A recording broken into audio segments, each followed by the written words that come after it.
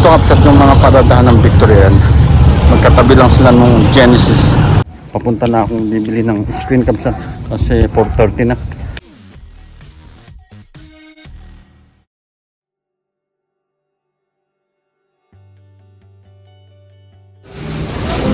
Nandito kami kapsat sa Vineries ngayong umaga. Dito kami nag-aamusal.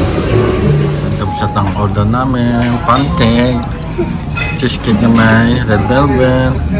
Ito, tapos na tapa. Ito yung sa akin, longganisa. Nakalimutan kong pinakita sa inyo. Punta na kami ulit sa SM Kapsat.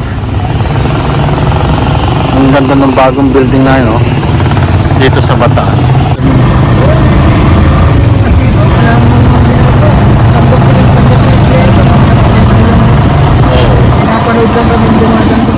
Nandito na kami sa SM Kapsat.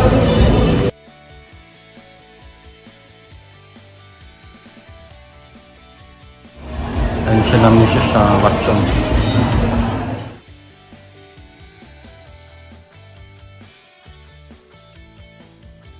Nandito kami sa beer na restaurant. Dito kami na habang haluan. Ito yung menu nila Kapsat. Ayan. Dito. Tapos order ito na pinaka chili cheese steak. Talaga?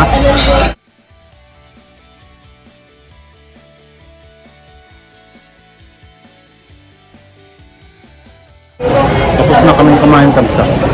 Pasa-pasa lang konti tapos mamaya ay uwi na kami.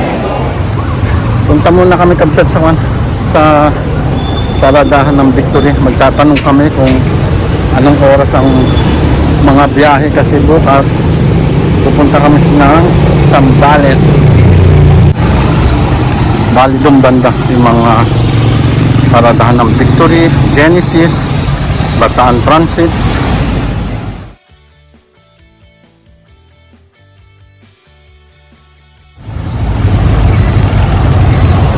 Malapit na kami Kapsat.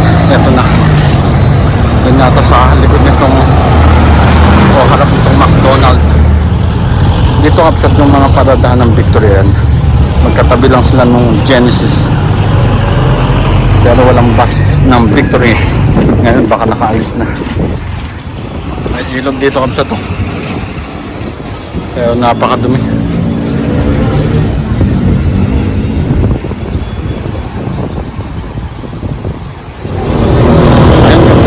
Pagtanong na kami, malabo. Kukunti daw ang bus ng Victory dito, kaya ang gagawin namin ay pupunta na lang kami ng Layak sa Dinalupihan. Bababa kami doon tapos maghintay kami doon ng mga papuntang Zambales. Pabalik na kami ng SM. Iniwan namin doon sa coffee shop yung dalawang anak namin. Ayun, doon yung SM mo. Malapit lang.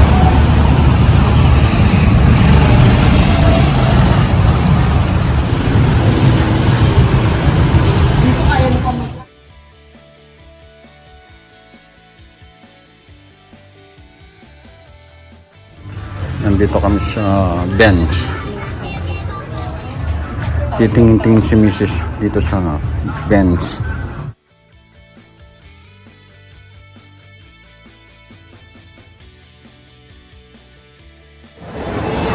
Nandito kami sa may coffee beans coffee shop. Tambay muna kami dito habang umiinom ako ng iced coffee Kapsat. Ito Kapsat. Magkape tayo Kapsat.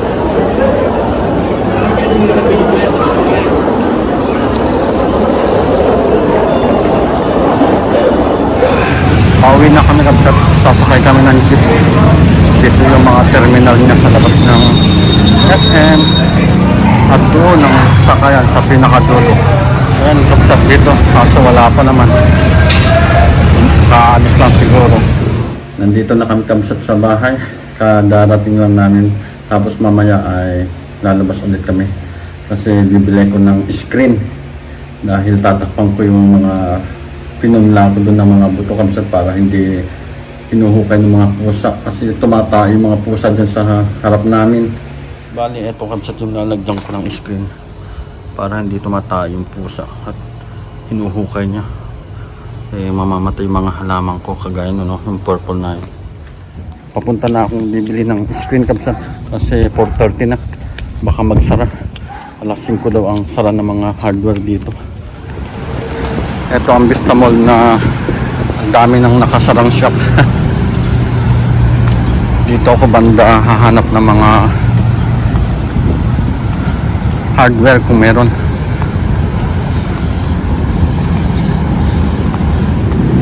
Tignan ko muna dito kasi sa Volvo kung meron sila kasi wala. Nalugi na din tong pan nato. Itong bilihan ng mga pangbahay. Yan, ito.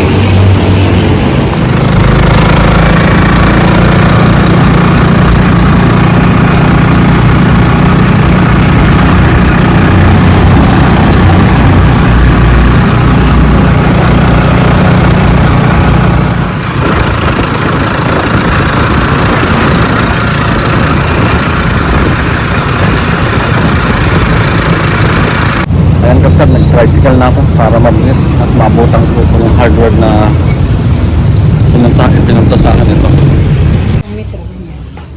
Ganito po. Ganyan daw kapsat to, 120, 1 meter. Ayan.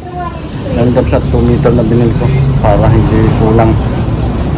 Ayan kapsat. Bali, sinusukat na, puputulin na.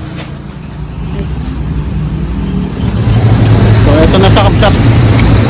Mabuti at nakabili ko. Pauwi na ako. Lakadin ko na lang itong highway na ito. Dito ako nakabili sa pinag-barbecuean namin kagabi. Dito sa kanto ng Pilar. Grabe ang mga dumadaan na sasakyan dito kapsat. Lalong-lalo na yung mga 16-wheeler, 18-wheeler na truck. Kabibilis. Malapit na ako sa Vista Mall kapsat. Doon sa may flyover, overpass na yun. No?